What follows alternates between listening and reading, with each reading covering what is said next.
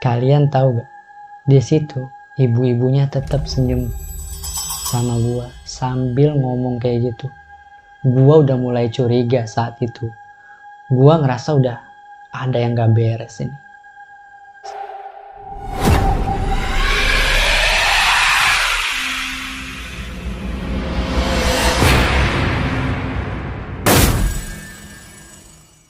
Halo semuanya, kembali lagi bersama gua Fadila di Lesehan TV, menguak kisah tentang legenda, sejarah, dan hantu yang ada di sekitar kita.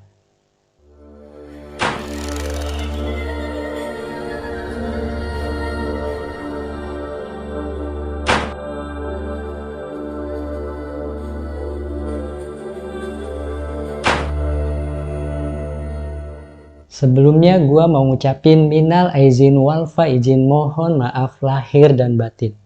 Semoga di hari yang fitri ini kita menjadi manusia yang lebih baik lagi ke depannya. Dan apa-apa yang telah kita kerjakan di bulan Ramadan kemarin, seperti sedekah, puasa, dan perbuatan baik lainnya, akan mendapat ganjaran pahala yang berlipat ganda, guys. Nah, di sini masih dalam suasana mudik lebaran ya, guys. Dan buat kalian nih yang lagi mudik dan ingin pulang kembali ke Jakarta atau ke tempat asal kalian, semoga diberikan kelancaran serta keselamatan dalam perjalanannya, guys. Dan kali ini ya, gua mau balik lagi ke konten horor, guys. Karena 1 bulan kemarin ya, gua sama sekali nggak ngebahas horor-horor dulu. Jadi sekarang ini waktunya kembali ke horor. Nah, di konten kali ini gua mau ngebahas tentang Alas Roban. Siapa sih ya yang nggak kenal sama Alas Roban ini? Salah satu hutan besar di Jawa Tengah yang masih menyimpan misteri dan kisah mistis, guys, yang bikin siapa saja merinding. Banyak nih ya pengendara baik roda 2 maupun roda 4 yang lebih memilih menghindar ketika melewati jalan di sekitar Alas Roban. Namun ada juga nih yang nekat seperti yang dilakukan oleh rombongan pengendara Vespa yang satu ini, guys. Nah, cerita ini dibagikan oleh akun Twitter Agung Hilman. Jadi, ketika dia bersama dengan rombongan Vespanya itu dari Bekasi menuju Jogja, mereka itu melewati jalan di Alas Roban, guys. Nah, di situ mereka ngelewatin jalan tersebut saat matahari sudah tak tampak dari sudut manapun, alias pada malam hari. Sebelum masuk ke ceritanya nih ya, buat kalian yang belum subscribe, silahkan subscribe terlebih dahulu agar channel ini terus berkembang dan memberikan konten-konten yang menarik untuk dibahas.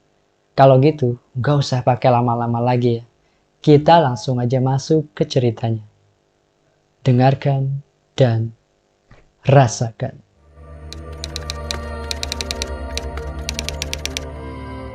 Awal ceritanya, seorang yang bernama Agung Hilman ini berangkat dengan rombongannya dari Depok dengan 7 motor Vespa. Lagi itu touring ke Jogja, naik Vespaan. Ada di jalur Banju Putih jam 10 malam.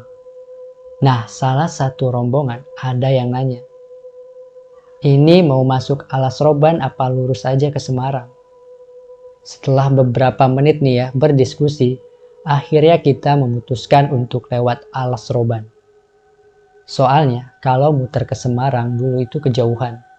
Semua udah pada capek.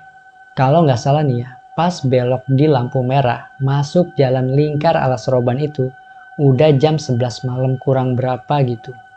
Semua masih enjoy-enjoy aja sih. Masih bisa ketawa ketiwi.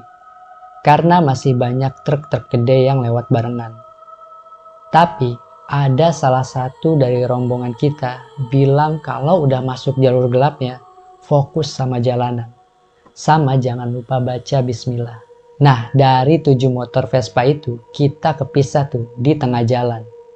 Dan ini udah masuk jalur rusak yang kanan kirinya sama sekali nggak ada penerangan satupun. Alias nggak ada lampunya.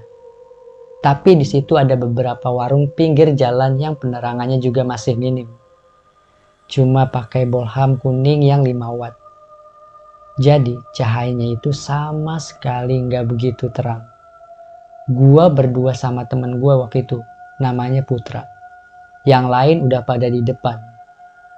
Oh iya, Putra ini namanya udah disamarin ya. Jadi, nama aslinya itu bukan Putra. Tapi anggap aja lah namanya Putra.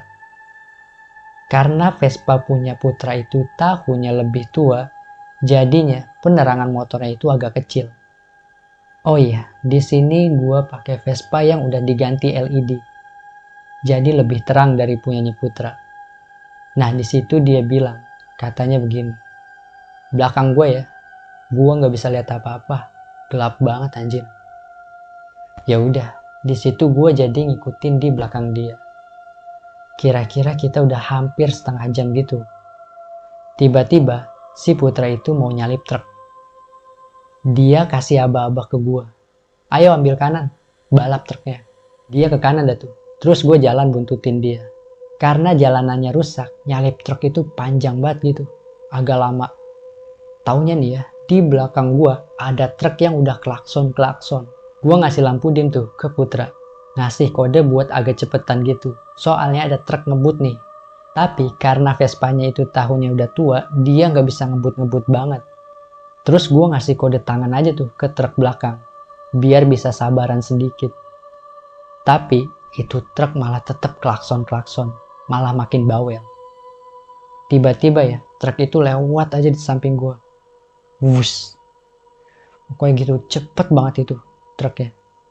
Nah, di situ Putra berhasil ngambil ke kiri. Sedangkan truk yang di kiri nih, yang dilewatin jalannya sedikit nelan. Nah, gue ini ya, yang ada di belakang Putra, hampir aja mati dilibas truk tadi. Tipis banget. Di situ, gue sama Putra senggolan. Gue nabrak spakbornya Putra waktu itu. Karena ngehindarin truk yang bawel tadi. Gak lama nih ya, di depan kayak ada cahaya remang-remang gitu. Kayak lampu-lampu kuning yang 5 watt gitu deh pokoknya. Warnanya itu samar-samar. Nah, gak taunya ya, cahayanya itu berasal dari warung yang ada di depan. Di situ, kita mutusin untuk berhenti sebentar. Buat napas dulu nih, sambil ngabarin rombongan lain. Nah, di sini ini mulai aneh. Pas gua mau beli air mineral nih, ada ibu-ibu umur 60-an gitulah yang jaga di situ. Sedari gua markirin motor sampai jalan ke dalam warung, itu ibu-ibu udah ngeliatin gua sambil senyum-senyum terus. Matanya itu ngeliatin gua tapi kelihatan banget kosong. Pokoknya itu ibu-ibu aneh banget dah. Bukan kayak ibu-ibu biasanya yang gua lihat. Di situ gue langsung bilang, Bu, beli air mineral yang sedangnya 2. Sambil ngambilin air, itu ibu-ibu bilang ke gue, hati-hati mas, truk di sini emang gitu, nggak mau ngalah. Mereka lebih memilih nabrak motor yang di depan daripada ngerem. Karena kalau ngerem truknya bisa kebalik, korban bisa lebih banyak. Di depan warung saya ini sering kejadian orang kelindes mas. Sekali lagi hati-hati ya, ambil jalur kiri aja. Kalian tahu gak? Di situ ibu-ibunya tetap senyum sama gua sambil ngomong kayak gitu. Gua udah mulai curiga saat itu. Gua ngerasa udah ada yang gak beres ini. Selagi gua beli air, si Putra itu ngabarin rombongan lain. Dia bilang ke gua, lama banget lu, ayo buruan. Nah, terus di situ gue ngasih air nih yang tadi gue beli. Tapi anehnya nih ya, dia nggak mau minum air yang gue kasih. Dia malah naruh airnya di cantelan Vespanya. Di situ mukanya dia udah kayak panik gitu. Terus dia bilang ke gue, buruan bego, buruan, buruan woi, buru. Ngomongnya itu kayak udah orang blingsetan dah, dengan muka yang benar-benar panik. Terus gue nanya, kenapa sih? Sabar, gue atur napas dulu ini. Yang lain mana? Nah, Putra di situ masih bilang, buruan anjir. Dia malah ngomong sambil ngegas gitu. Sambil nengok-nengok ke arah warungnya. Dalam hati gue bilang nih, wah udah gak beres ini. Gue nengok juga tuh pas itu. Nah, gue lihat itu ibu-ibu masih senyum ke arah kita berdua. Setelahnya itu, kita langsung jalan deh tuh. nyamperin rombongan lain. Selang 10 menit akhirnya ketemu tuh di pertigaan gitu. Yang kalau ke atas itu lanjut ke Alas Roban. Kalau ke kanan itu masuk ke daerah Bawang. Tapi nama daerahnya ini gue kurang tahu. Kebetulan di rombongan itu ada temen gue yang namanya Andri. Gue lihat nih ya, muka dia itu udah pucat banget. Gue di situ langsung tanya dong ke teman-teman gue. Lu kenapa? Di situ nggak ada yang sama sekali jawab. Dia cuma diem aja gitu. Terus gue nanya aja ke yang lain. Nah, anehnya nih ya, yang lain malah jawab begini. Lu kemana aja? Terus gue jawab kan, gue tadi mampir dulu ke warung beli air. Tiba-tiba nih ya, mereka semua kayak kaget gitu mukanya. Terus bilang ke gue, hah? Beli air di mana? Mereka nanya barengan gitu, kompak banget pokoknya. Terus gue bilang, ya di warung lah, nggak jauh dari sini kok. Terus gue tanya lagi, itu si Andri kenapa? Di situ mereka udah mulai gitu ngejelasin. Jadi katanya nih ya, pas mereka berempat jalan, urutannya itu paling depan Ridwan.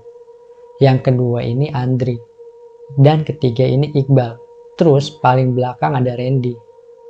Nah pas lewatin jalan kelokan, terus agak nanjak dikit, di kiri itu ada bangunan rusak gitu.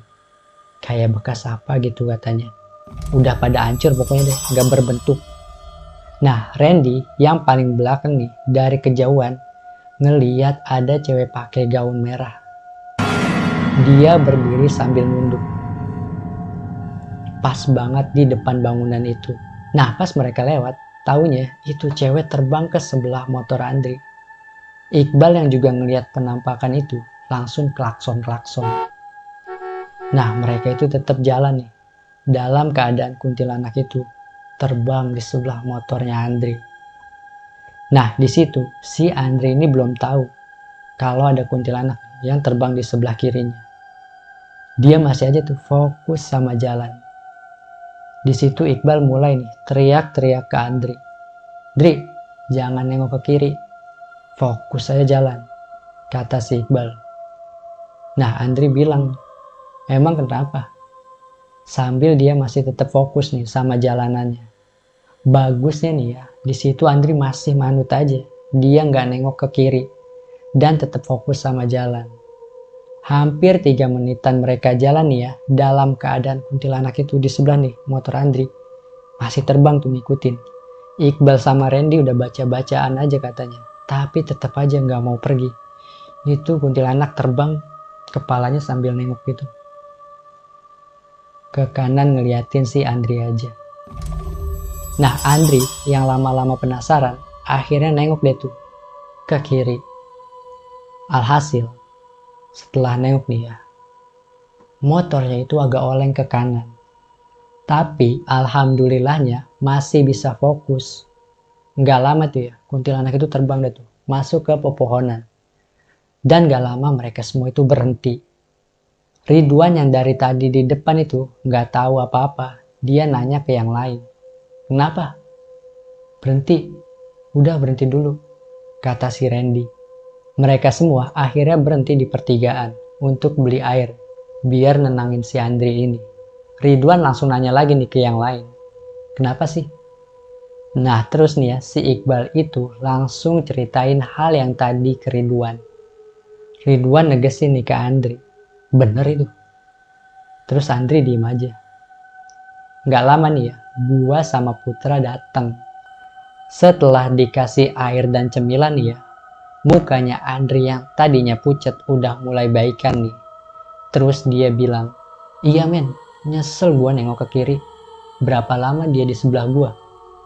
Masalahnya pas gua nengok itu, dia senyum serem gitu. Anjir itu serem banget pokoknya. Gak lama dia terbang. Nah si Andre ini ngomong masih gagap-gagap ketakutan des. Lu tadi lihat dia di bangunan rusak. Di mana? Gua nggak lihat. Tadi mah adanya warung yang gua beli air. Kata gua tuh. Mana ada warung sih goblok? Kata si Iqbal.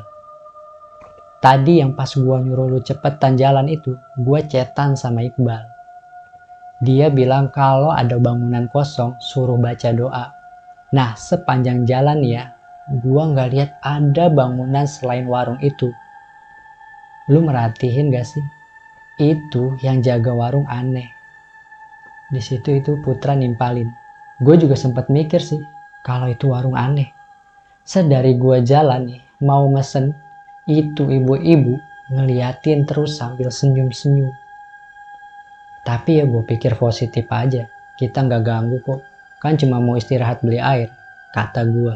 Nah terus si Putra ini ngambil air mineral yang gue beli tadi dari motornya. Terus dia ketawa-ketawa. Percaya nggak percaya, itu botol air mineral yang tadi gue beli penuh jadi botol kosong, kotor kayak udah lama gitu. Nih, air yang lu beli tadi, kata si Putra sambil ketawa-ketawa tuh.